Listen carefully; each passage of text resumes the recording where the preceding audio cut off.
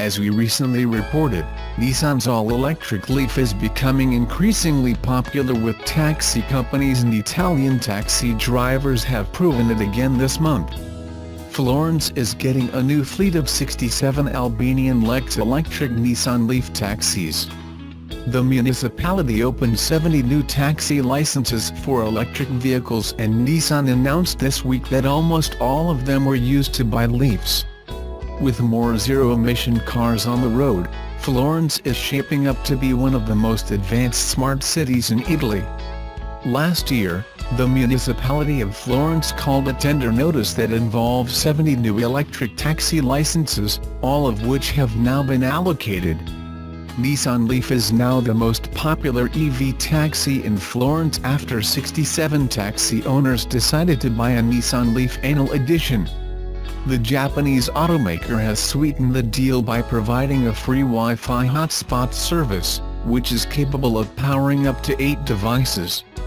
Taxi companies and drivers are increasingly looking at electric vehicles to cut their operating costs. There are other electric vehicles becoming popular with taxi companies, like Tesla Model S with over 100 units at the Schiphol Airport, or Montreal's growing fleet of Soul EV and Tesla Model S with Texelco. But Nissan is having a lot of success in Europe with this new fleet in Florence, following a fleet of 110 Leafs in Madrid and Uber using a fleet of 20 Leafs in London.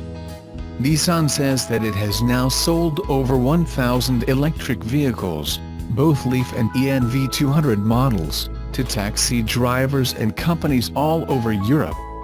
With the next generation Leaf coming next month, we have seen some impressive discounts on the 2017 versions, and some of those taxi drivers and companies could be taking advantage of them.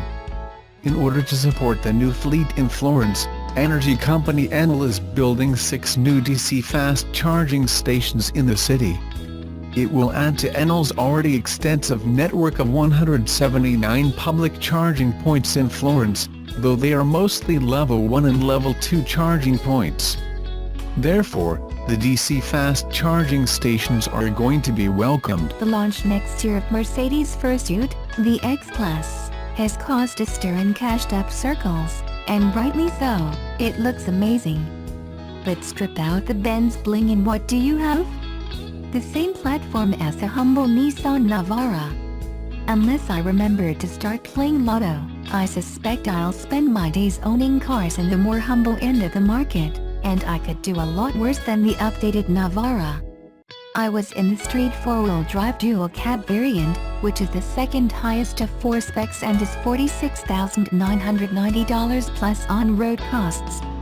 A twin-turbo 2.3-liter diesel engine is available on the top 3 models, and it will give you 140 kilowatts per 450 Newton-meters to play with. The entry-level RX, meanwhile, has a single turbo for $39,990. It may be because I had jumped into the Navara after trying a couple of lumbering Isuzus, the D-Max Dual Cab and MU-X large SUV, but the street felt fun to drive. The steering is super light and the acceleration is good, with the diesel racket fairly subdued. As usual, you hear it when you take off, but it's calm at cruising speeds and on the freeway, accelerating at about 90 km per hour. It was rather nice to hear the engine rumble. You can switch between 2- and 4-wheel drive at up to 100 km per hour, while the Navara, which has now dropped the NP300 from its name, can also tow up to 3.5 tons. At a revised 7-speed automatic transmission and suspension, and the ride is incredibly smooth. What's not so smooth is parking. At 5.255 meters long, and with a turning circle of 12.4 m, most times it took me 2 goes to stick it in a shopping center space. U-turns?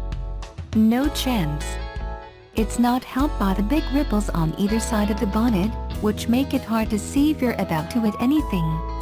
On the flip side, they do look good and form part of a flowing yet rugged exterior that has had a nip and tuck rather than major surgery to make it more aerodynamic, thereby improving fuel efficiency, although the official figure of 7.0 L/100 km is the same as the Navara I tried 2 years ago.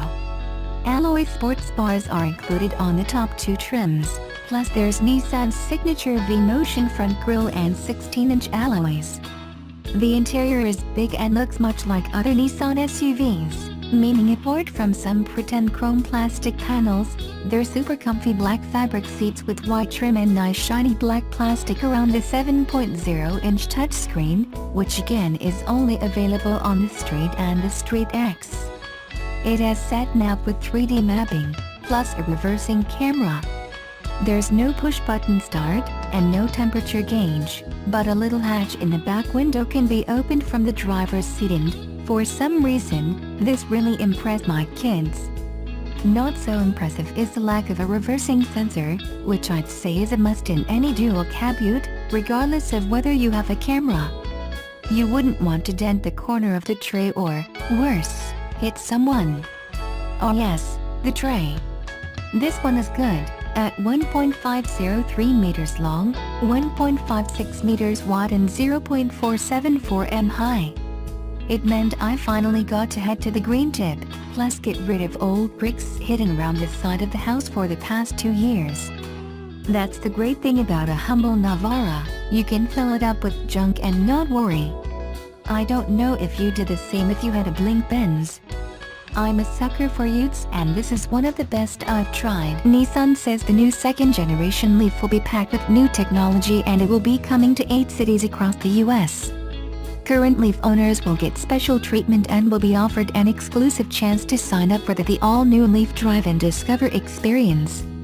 Owners will get a unique behind-the-wheel opportunity to experience the next-generation Leaf firsthand shortly after it's unveiled.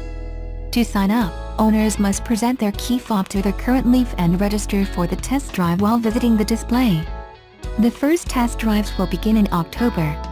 The next generation Nissan Leaf will be on display in the following cities during National Drive Electric Week. On September 9th, the second generation Nissan Leaf will be in these cities: Seattle, Washington Denny Park 9 a.m.-2 p.m. San Diego, California Qualcomm Stadium 10 a.m.-3 p.m. Alpharetta, Georgia Avalon 11 a.m.-4 p.m. On September 14th the new generation Leaf will be in one city: Bridgewater, New Jersey Bridgewater Municipal Building Car Park 6 p.m.-9 p.m. On September 16th, you can see the new Leaf in these cities: Portland, Oregon Washington Square 10 a.m.-5 p.m. Los Angeles, California Los Angeles State Historic Park 10 a.m.-3 p.m. Cupertino, California De Anza College 10 a.m.-4 p.m. Cambridge, Massachusetts Denny Park 11 a.m.-4 p.m.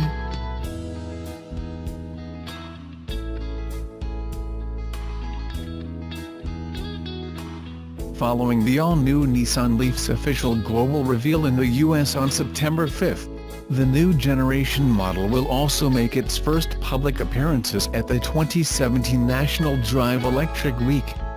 These events will be scattered across 8 US cities and will see the Leaf arriving in Seattle, Washington, Denny Park, San Diego, California, Qualcomm Stadium, and Alpharetta, Georgia, Avalon, on September 9th, followed by an appearance in Bridgewater, New Jersey on September 14th, at the Bridgewater Municipal Building Car Park. Last but not least, the Leaf will pay a visit to Portland, Oregon, Washington Square, Los Angeles, LA State Historic Park, and Cupertino, De Anza College, California and Cambridge, Massachusetts, Denny Park, on September 16th. The timing couldn't be better. Bringing Leaf to some of the most enthusiastic EV advocates just days after its global debut is the perfect way to kick things off for this technology-packed car, said Nissan EV marketing and sales exec, Brian Maragno. We can't wait to show off the all-new Leaf to electric vehicle owners and enthusiasts during National Drive Electric Week. The Nissan Leaf is coming to the National Drive Electric Week for the third straight year as its official sponsor. The WRX might be one of the quickest and most powerful sport compacts available for less than $30,000, but it's also one of the least civil. A loud cabin, a stiff-legged ride, and a laggy turbocharged engine are some of the WRX's earlier traits, a legacy of its rally car roots.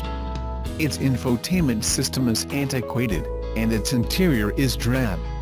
Still, if you're willing to sacrifice comfort and convenience, you will be enthused with the model's standard all-wheel drive system, quick and well-weighted steering, and strong brakes. There are less powerful alternatives that strike a better balance between engaging dynamics and everyday refinement, but few are more fun on a twisty mountain road, whether that road is paved or not. Lots. The WRX has undergone a thorough update for the 2018 model year. All models feature a revised front end, revamped suspension tuning, and an improved electric power steering system. The 6-speed manual transmission features a new sinker mesh design, and the cabin benefits from noise reduction additions such as thicker side glass, improved door seals, and a windshield header beam that has been filled with foam.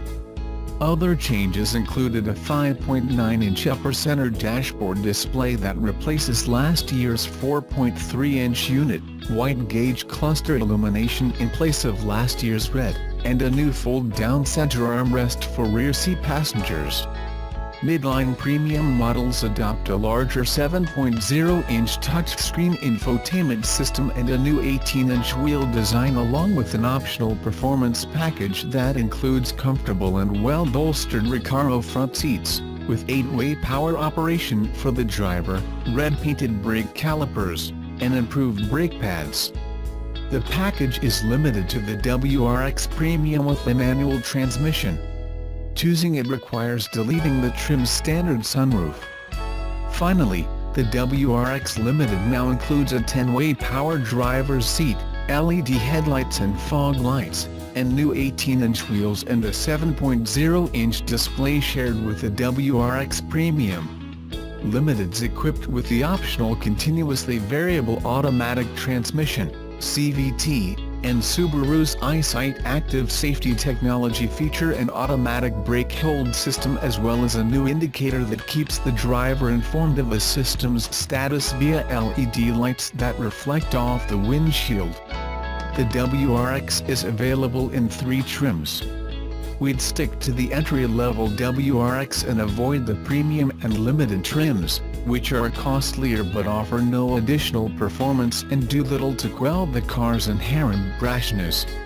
With a base price of $27,855, the standard 2018 WRX comes stocked with a strong 268 horsepower turbocharged 2.0-liter flat-4 engine, a 6-speed manual transmission, and all-wheel drive.